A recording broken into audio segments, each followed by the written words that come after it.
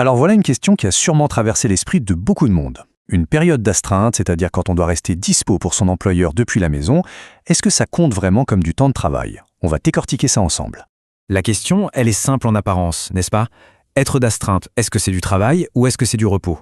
Pendant très longtemps, la réponse était floue. Ça dépendait des situations, des pays, mais une affaire a tout changé. Tout commence ici, dans une ville belge, Nivelles. C'est le point de départ d'une histoire qui va avoir des conséquences pour des millions de travailleurs dans toute l'Europe.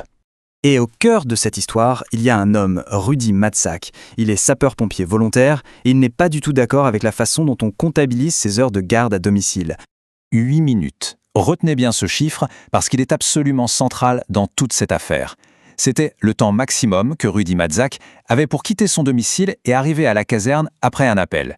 Imaginez la contrainte. L'affaire est remontée, échelon par échelon, jusqu'à la plus haute juridiction de l'Union, la Cour de justice de l'Union européenne. Et c'est elle qui va devoir trancher et donner une réponse claire, une bonne fois pour toutes. Et sa décision, c'est un véritable tournant. La Cour a été très claire. Oui, le temps de garde, même passé à la maison, peut être considéré intégralement comme du temps de travail. D'accord, mais alors, à quelles conditions? Comment on fait la différence? Eh bien, la Cour a fixé 2 critères, une sorte de test Matzak. Primo, il faut que le travailleur soit obligé de rester à un endroit précis. Et deuxio, que le délai pour intervenir soit vraiment très court. Et la logique derrière tout ça, elle est simple. La Cour explique que des contraintes aussi fortes, comme ce fameux délai de 8 minutes, eh bien ça restreint très significativement les possibilités d'avoir d'autres activités. En gros, on n'est plus vraiment libre de faire ce qu'on veut. L'impact de cette décision est juste énorme. Avant, c'était un peu le chaos. Chaque pays de l'Union européenne avait sa propre définition. Maintenant, avec l'arrêt Matzak, c'est fini. On a une règle unique, claire et nette, qui s'applique partout.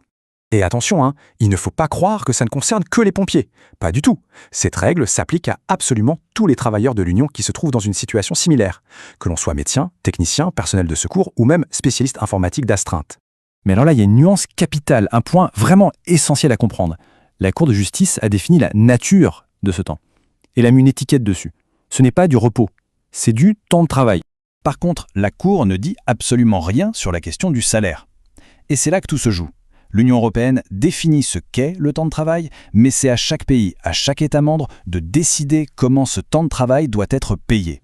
Ce qui nous laisse avec la question finale, celle qui découle de tout ça. L'arrêt Matzak a clarifié ce qu'est le travail. Il appartient maintenant à chaque pays de répondre à une autre question, tout aussi importante. Quelle valeur donne-t-on à cette attente